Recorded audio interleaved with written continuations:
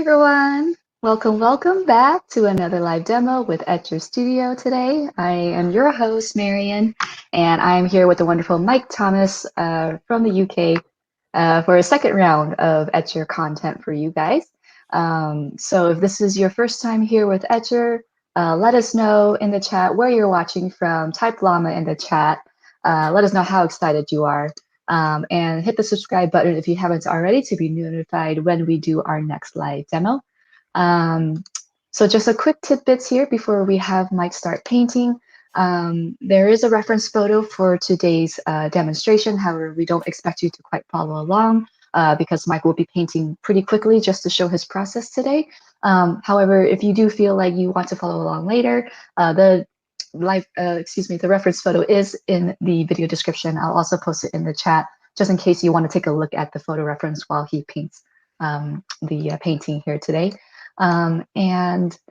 We do have a mini workshop as well where Mike will be demonstrating his techniques even further.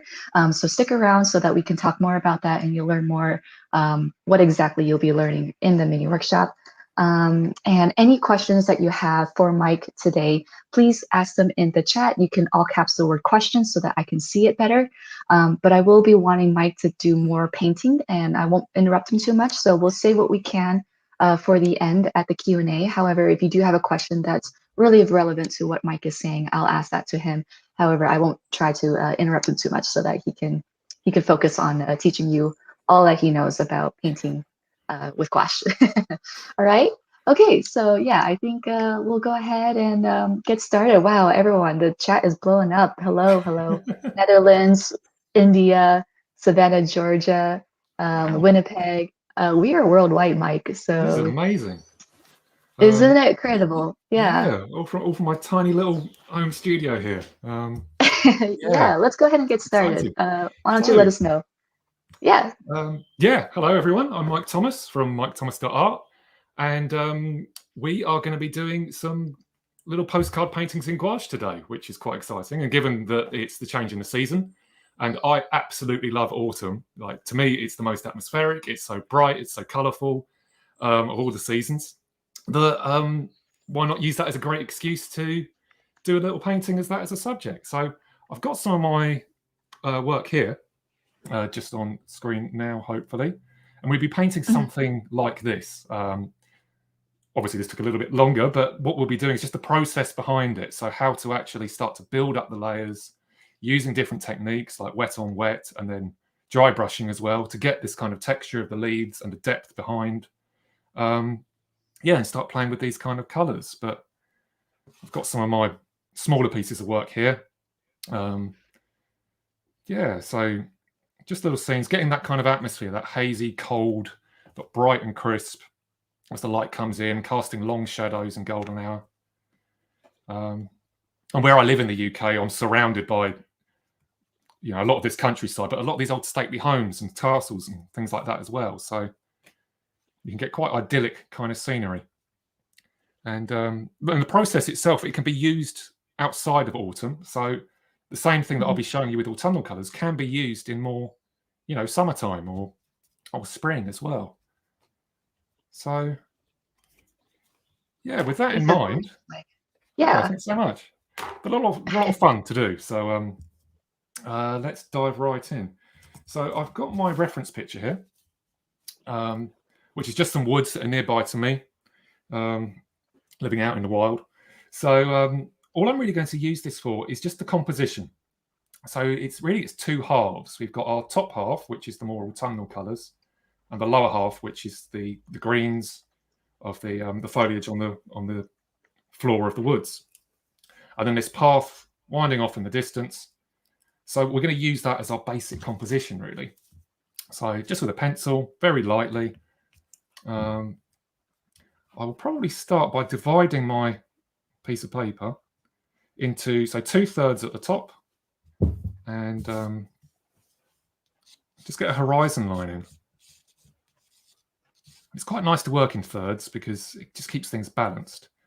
That's our vanishing point there in the middle. And we have our path winding down. Which way does it go? So it comes towards us. There's a little kink and then opens up. we don't need to be And too this little, precise. Oh, yeah, sorry, go this on. little piece of paper is the postcards from Etchr. Is that right? Yeah, yeah. Well, I absolutely love working in these sort of small sizes because you can work quite quickly and it's quite forgiving. It's not like you've committed to some enormous canvas that you spent a fortune on. You can really work out some ideas and yeah, just try some stuff out. If it doesn't go right, it's not the end of the world. I'm very much a, when I'm working, I try and be as fearless as I can, and it's a lot easier when the stakes are a little lower. So I've just put in some basic shapes of where my trees are going to be, smaller and thinner in the distance, guides for these big ones that we'll be adding, and then just some blocky shapes for where this foliage will come out. So there we go. And that's all I need for a sketch, really, to begin. It's always quite nice just to dive straight in with the paint. So this is just water and on a flat brush. We're just going to wet our postcard that I've taped here. And this will give the paint something to, sink into, float around. Because the first thing we'll be doing is a sort of wet on wet technique. So just using our yellow, just take a little bit of primary yellow or whatever you've got, and some white as well. This is quite watery. I'm just going to start throwing some background color in. Just getting some texture. Darkening it a little around the edges. Now, something that you might notice that I'm doing here is I put in my darker tones around the edge and my lighter ones in the middle. And that will help create a tunnel. Like we're going further into the distance, the light is dissipating. We're getting further away from the background. And I quite like this texture I put down. I was going to do some cheating if it didn't go right, but I don't need to, which is a relief. Let's move those out of the way. And excuse me. And then at the foot of this picture, we've got this change in color. So I'm going to just use a tiny bit of blue.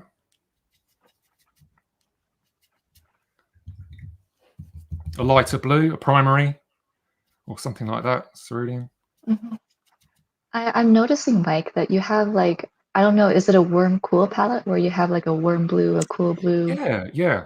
With the primaries, yeah, it's leaning that way. So when we're doing the things in the distance, we'll keep them lighter, and we'll want them cooler. And when they're nearer to the front of us, we'll get a bit hot, darker, a bit heavier, a bit more contrasty, and that will help create that feeling of depth. So, yeah. And then I'm going to pick my burnt sienna brown,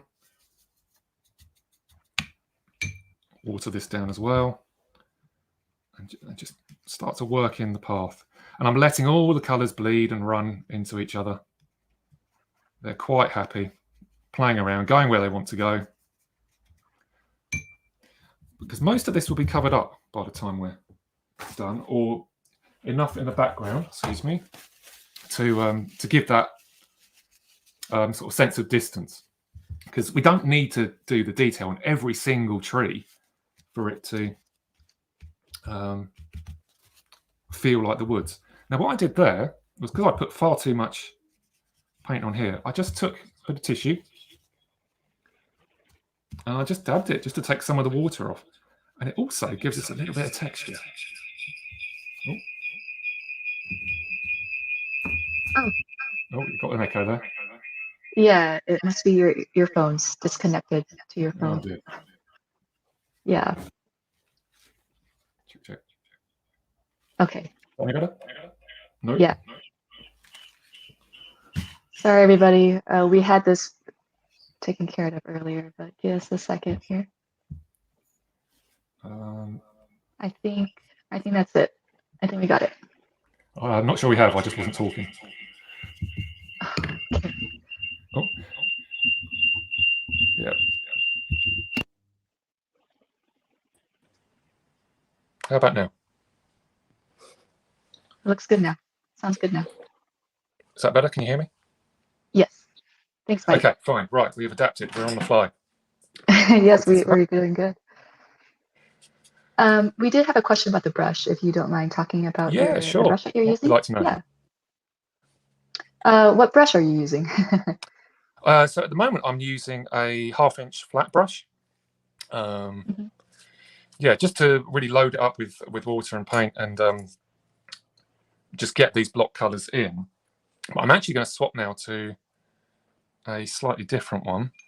What's this? This is, I think, a 6 or a 4. It's a 6. And we're just going to start working into the picture now, actually with some paint on our brush. Just moving some of these yellows around at the top. Just starting to apply a little bit of detail, like the light is coming through the center here.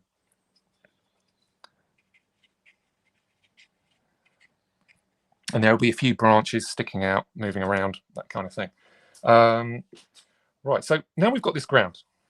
I think the best thing to do would be to actually get some of our trees in, because then we'll have some structure to build our the rest of our woodland scene. So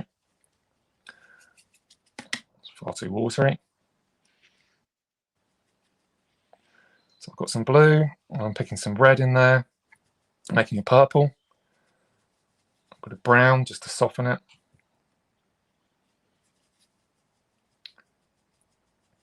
And I never ever use black paints because it just comes out so much richer if you can give it a slight hue, like it's leaning to a certain direction, the color.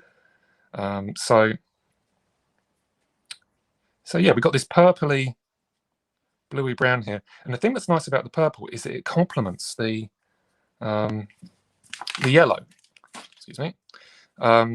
So being on the opposite side of the color wheel, it means that it will really stand out against our yellow background. And I'm just going to start putting in some of these big trees. Is the yellow still wet, or? Yeah, it looks like it is, but I'm not going to worry about that too much. Okay. Because we're just getting the structure in at the moment. Let's actually look at my reference picture because it's a good idea.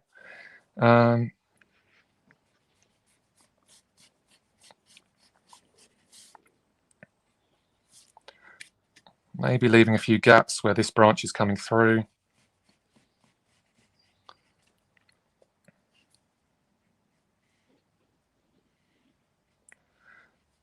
And the more in the distance, the thinner that they will become.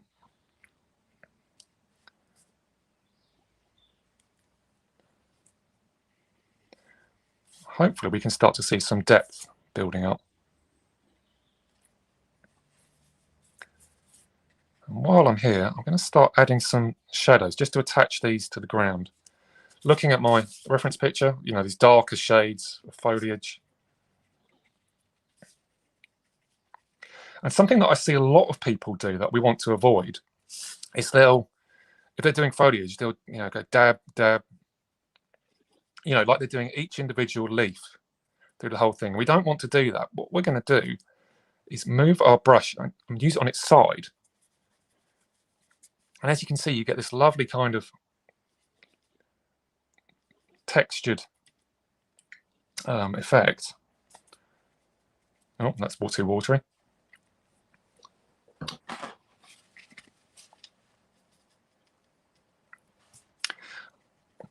Which can just suggest foliage. That's all still a bit wet.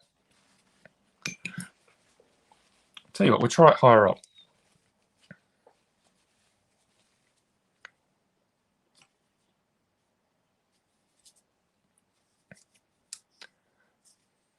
So I'm going to repeat the same process that I had with the colours. So when I started with the yellow at the background and work my way down. I'm now going to start again, but using that, using it on its side technique, just over the top. And this will start to build our midground.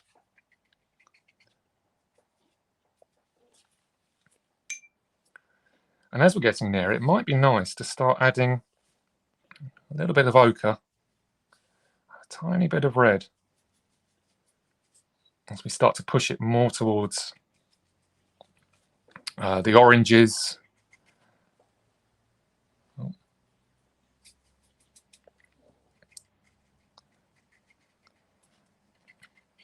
Yeah, as the light comes in.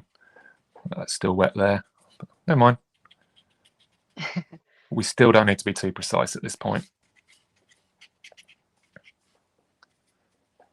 So it seems like this is just, again, still building, like adding onto the ground, adding onto like the base, but with a little extra layers, and then kind of going a little bit further. Yeah. Yeah, it's just layers on layers, really. Mm. And something that I will do is, where the light is coming through the center here, is going to affect how we see some of these branches. So rather than just having the heavy dark shadows that I've got here behind these tree trunks, I'm going to start pulling it into oranges or even yellows, and that will help give us the feeling of that light coming through the center. And a few more interesting branches, just going for a walk with the very tip of the brush.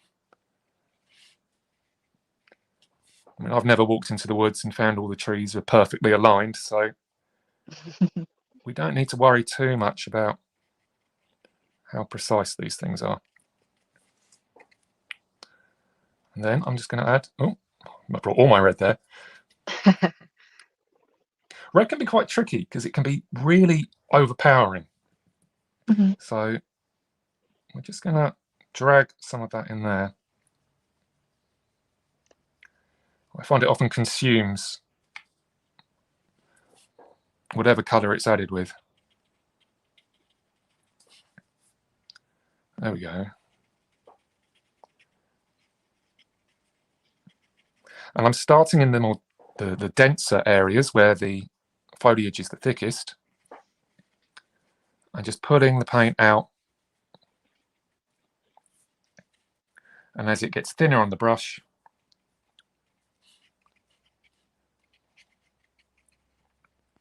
it's going to create the more sort of detailed points that you'll see at the edge of what we're looking at. So I'm going to let that dry up there for a little bit and focus down here. So I'm going to be working in more blues and greens, because the greens will be complementary to the reds that we've added in this foliage, and the blues for the orange. And again, it's creating that depth and contrast. So let's make ourselves a green. So just picking my lighter blue. And some of my yellow. How does this look? It's quite leafy.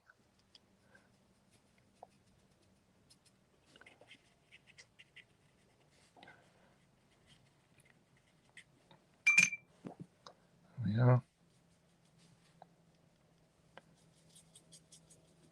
Now, what is the consistency like now with the paint? Is it still kind of watery, or? It is still quite watery. Yeah.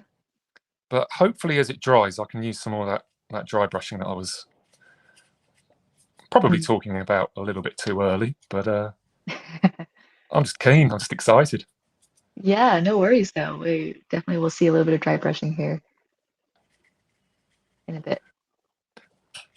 Actually, it's starting to come through here because I think we left the foreground longer. Mm-hmm. I've given it enough time to. And also, you don't just have to do this sort of, scratchy side of the brushing that I'm doing. You can, start to pull it up, to make more grass-like texture.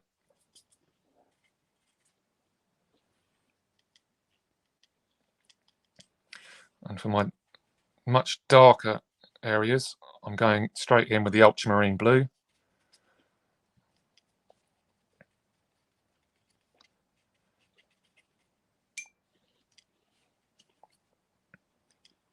Just to create some shadows.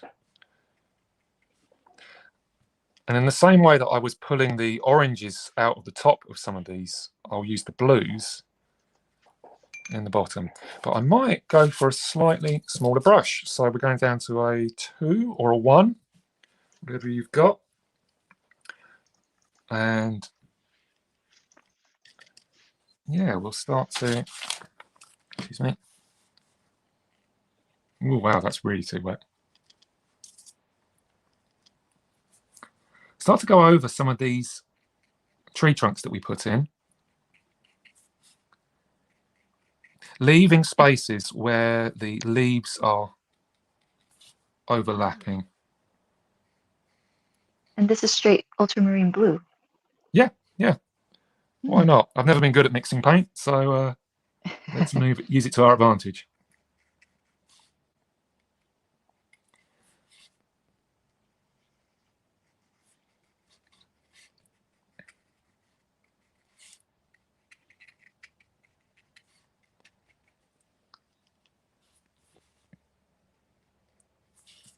I mean, it looks like what it did there is just add a little bit more nuance, a little bit more like, you know, depth to the layering of the colors on those tree trunks. Yeah, yeah. Which is quite nice, yeah. And then as this hopefully will dry, we can start building in the lighter tones on top of this. And this is something that I love about working with gouache. It's surprisingly forgiving. So you can throw all these colors down fairly recklessly, and then you can layer it up. Sure. If we need to let it dry for a bit, we can talk about your mini workshop for a few minutes. Yeah, why not? Now's quite a good time to do that. Okay, sure. I'll go ahead here and pull up your link. So for everybody watching, thank you for joining us. Mike will be doing a mini workshop on November 25th. It's a Thursday at 10 a.m. Eastern. The link is in the video description, but I will also go ahead and post it here in the chat as well. It is a $6 mini workshop for 90 minutes where you will be learning how to go even further with these techniques here that Mike is demonstrating in gouache. So if you are into kind of autumn scenes, or would like to learn more about the layering process particularly and how to use dry brushing on top of a wet on wet technique, this would be a great mini workshop for you. You know, again, you if you cannot make it live, you will get a recording as well. So in the mini workshop, you get an opportunity to kind of paint along with Mike and ask questions along the way. And again, you can rewatch the recording as many times as you want if you feel like you're one of those types who learns from having to watch a teacher demonstrate their technique first and then painting along with the recording afterwards. Do you have any questions about the mini workshop? Please also feel free to put that in the chat as well, and we can answer that. But Mike, let me know if I was missing anything there. Like, what exactly will people be really getting out of the mini workshop that we're not seeing right now? Well, I think the main advantage will be able to spend a bit more time to really explore this kind of technique. But what I would like to do is to take this sort of rough idea of foliage that we're just throwing down here and start to build scenes with, you know, something in the background, or a sort of more of a subject matter rather, like log cabins. That again, that kind of cozy autumnal vibe. So it's using this technique to be able to do trees, do foliage, and then apply that to other landscapes, other scenery that you might be doing. So, do you happen to have an example of the cabin? Maybe I could show something similar. Just reach behind me, excuse me. Brush bang. There we go. So, oh wow. Yeah. Suddenly, here's one I prepared earlier. Yeah, hello, hi.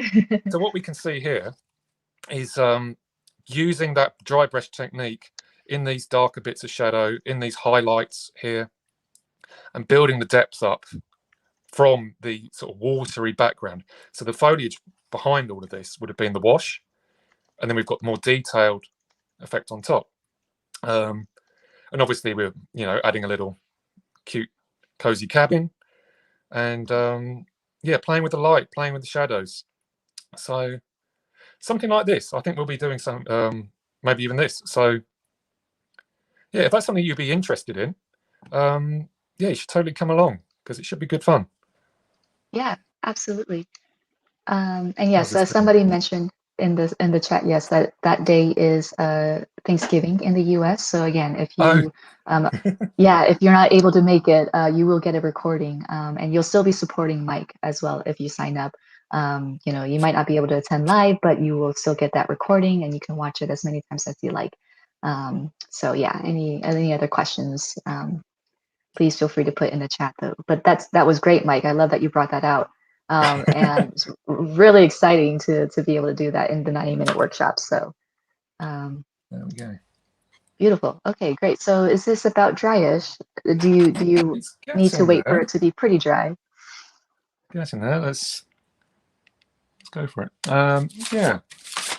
So what I might do here is, sometimes if I want to work detailing quickly, I'll use coloured fine line pens. And if it is dry, we can actually create quite a lot of detail without having to worry too much about our brushes. So now I'm just making the most of these tools, because we don't all have the steadiest of hands. Just to pull in some of these branches that I've hinted at in the wash. Oh, a bit wet there. There we go.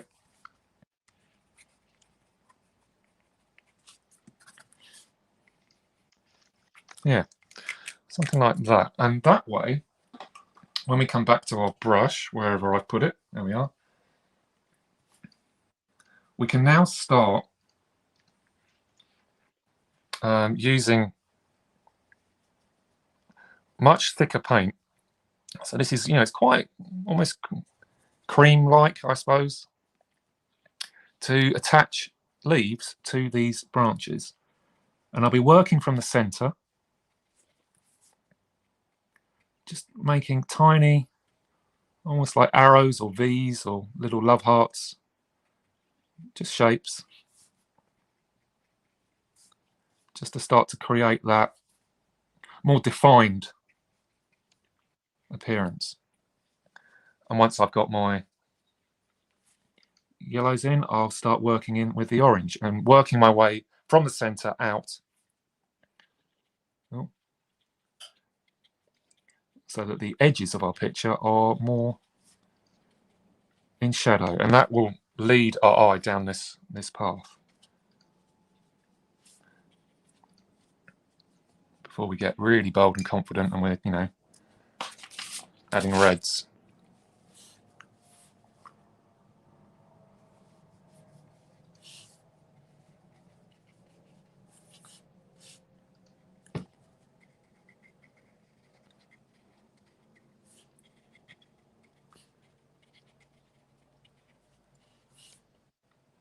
So it's all starting to come together there. I think I'll pay a bit more attention to the foot of our picture. There we go. I found the brush I was looking for. I lost that. I had to improvise. There we are.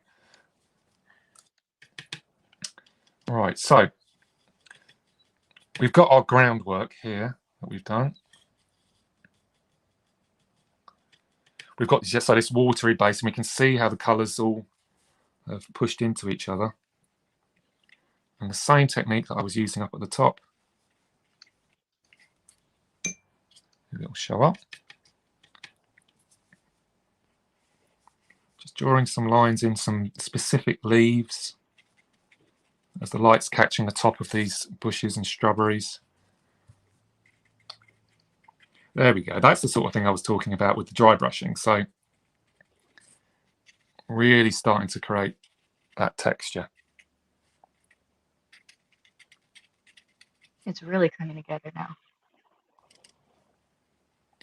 There is a great question here about your layering technique, Mike. Mm. Roughly how many layers of watery layers, I guess, before moving on to the thicker paint, do you think? How many layers? I mean, I don't think there's a specific number. I think it's until you've filled your piece of paper, your canvas, or whatever you're working up, enough to have removed as much of that white background as possible. Because some people, when they paint, they will work on, I'm just doing this area, I'm just doing the eye on a portrait, and they'll do that to 100%. They will complete the whole thing. I very much tend to work a little bit everywhere. So yeah, once you've got that background in and established, and it's dried, then just you will start to thicken up your consistency of your paint. Now, something to really get the depth going here is on this path, which is fairly vague and undefined at the moment. These trees will be casting, where the light is underneath them. It's obviously going to be darker where there are shadows. I'm just working horizontally, just doing little sort of dashed lines like that.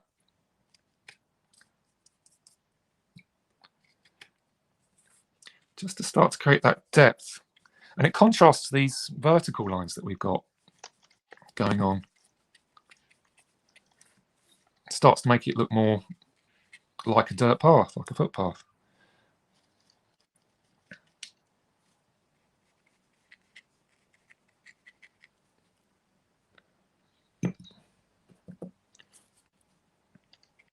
Oh, too much water again. And there'll be fallen leaves and things.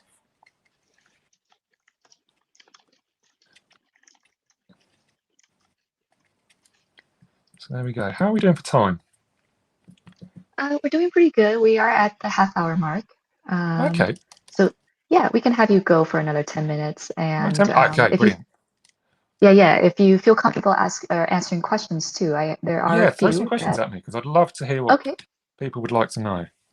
Sure. Yeah, I was saving some ones that aren't quite relevant till the end here, but I will pick a couple here that are about the painting. Let's see. Beth asked a really great question here. When you were using the watery gouache earlier, why not use watercolor? And what are your reasons, if not taking the advantage of gouache's opaque properties? Well, gouache is a kind of opaque watercolor, so it's more using the gouache is, in that sort of primary watercolor. What we're used to using watercolors for, essentially. It can kind of do both, and it's really getting as much as we can out of that medium. I see. So it can do both. It can do both. Yeah. At the end of the day, it's because it could do both. That's why you gravitated towards it. Got it. Okay, great. And then there was another one here. Let me see if I can find it. Do you use separate brushes for gouache and watercolor, or do you use both for the same brushes? Well, these are the Etchr watercolor brushes because you hadn't got your gouache ones yet. But yeah, watercolor brushes are generally fine. But again, I'm quite cavalier when it comes to which brushes to use because they all make a mark. So we might as well dive in. I mean, this one I've got here, I've absolutely abused it. Oh my, yes. Yeah, I haven't looked after this at all, but I've used it nearly every day for the best part of a year. So I'm not too worried about well loved. Yeah. Yeah. Again, it still works. So, and this is where. Sorry, go on. More questions. Sorry. Yeah, just one more, and then I'll let you. I'll be quiet. Peita asks, if you don't use a paint card to paint on, what else do you paint on? what else do I paint on? We painted on coasters before. That was good fun. Like beer mats, essentially. But I've actually started using wooden ones, which are really nice to. I don't know. I've got an example. Not that I can see, but yeah. So wooden boards, illustration board can be quite nice, which is just a nice heavyweight paper mounted onto card. So it doesn't warp, it doesn't bend as much.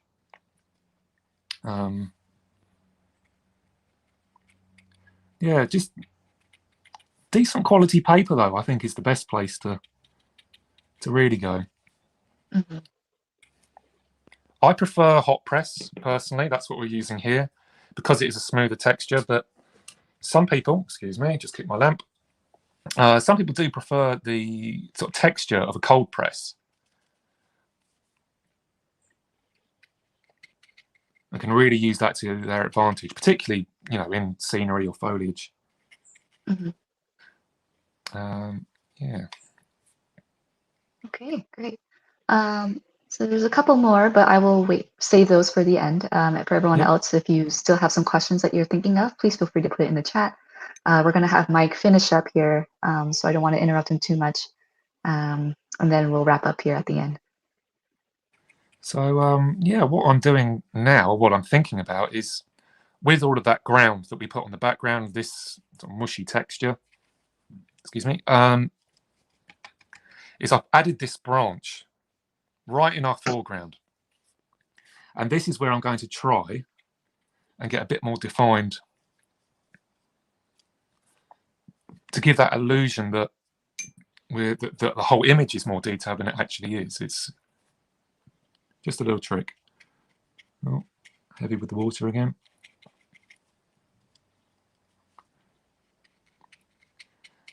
And I'm building up in the yellows and I'm moving slowly into my oranges. So by the time we get further out to the side here, let's go for it. Let's be brave. Let's add some really strong red leaves. Just framing our artwork, coming in from the side.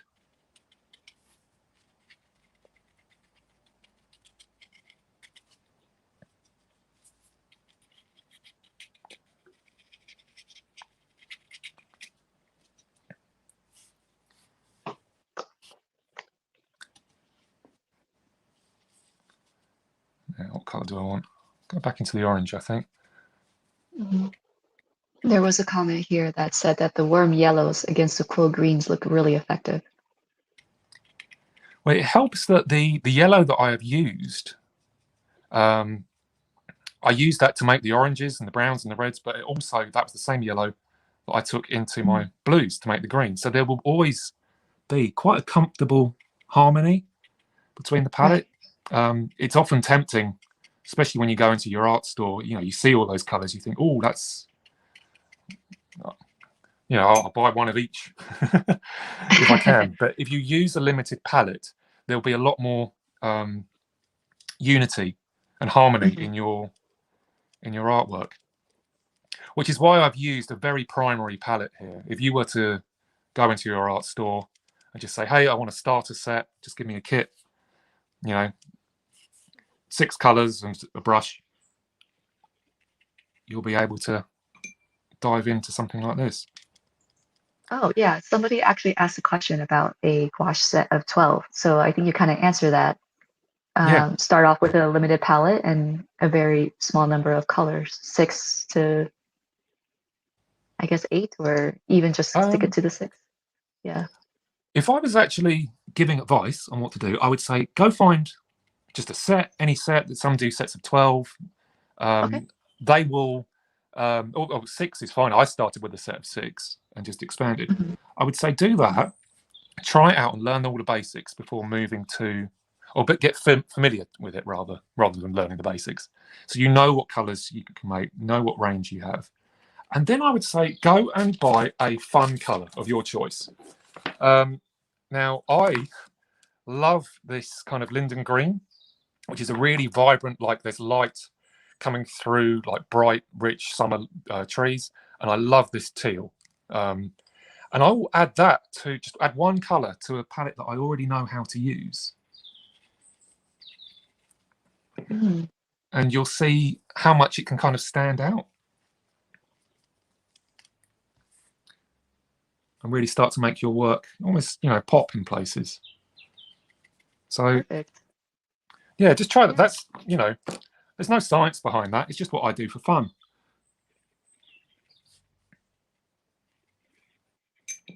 Great. And yeah, that person says they did order that set of 12, so this is good. So they'll learn how to Fantastic. use with You'll be that well set of away 12. then. Yeah. Beautiful. All right. So just a time check, Mike. We are at the 40-minute mark. How are you feeling here with this? It I'm looks like feeling you're going great. into details. Yeah. Yeah, I mean, like I said, we've done quite a lot here in a half an hour period. Mhm. I mean, it took Da Vinci 4 years to paint the Mona Lisa, so I think we've done pretty well. Yes. And I'm just picking out some highlights on this foreground, Mhm. a little more shaped. But yeah, I'm quite happy with that.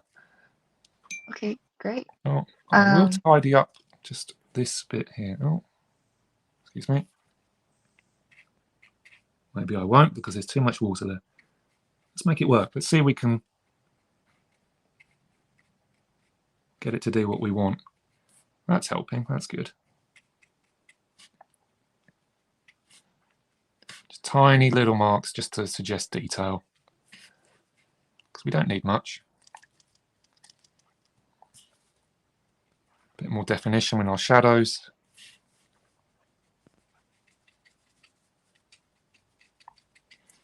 Again, using the side of the brush.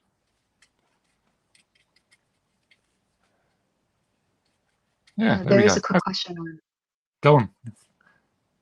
highlights. Sorry, I keep interrupting you, Mike. I am trying really hard not to. No, you're fine. Go for it. Can you use the white gouache for highlights over other colors? Yeah, you can do. If you've done that wash, so the paint isn't too thick. Now, where I have layered all of this up, and that's something that you'll find with gouache, is it can be tricky to get it to the paint is happier working into the paper, so you can work into it on top of it, but it's sort of diminishing returns. The longer you do it, the more you overwork the painting, the less it will be happy about it. But one thing that I would also do is, I don't know if we put it in the notes, is if I really have the desire to add white highlights, is I'll actually use something like correction fluid, and can use that just on the tips of your leaves just to really get that distinction, or a white gel pen, something like that. So it all becomes a bit multimedia in that regard.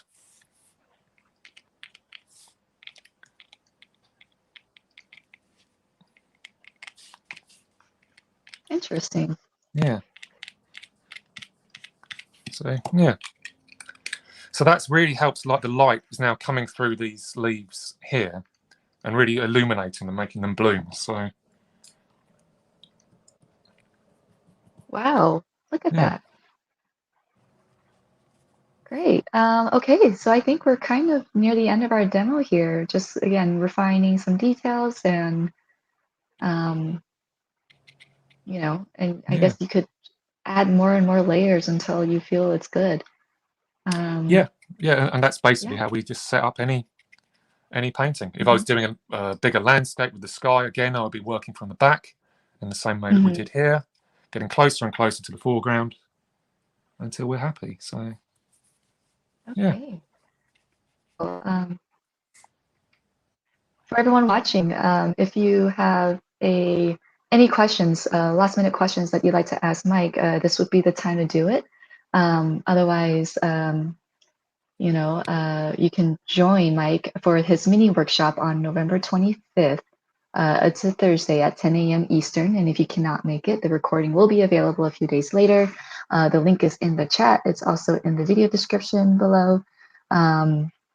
if you have any comments for Mike and me today, we'd be happy to hear your feedback as well. So I'll also post that here in the chat. And yeah, I'm not seeing any other questions. If I happen to miss your question, I do apologize. Go ahead and put it in the chat real quick so that I can ask him. But if not, we'll just wrap up here in a second.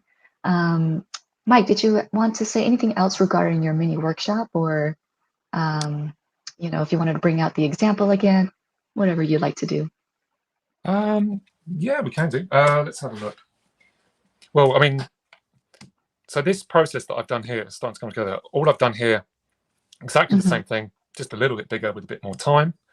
Where did I put the painting? So yeah, the principles are all the same, really. And then, yeah, next time we'll be doing something like this.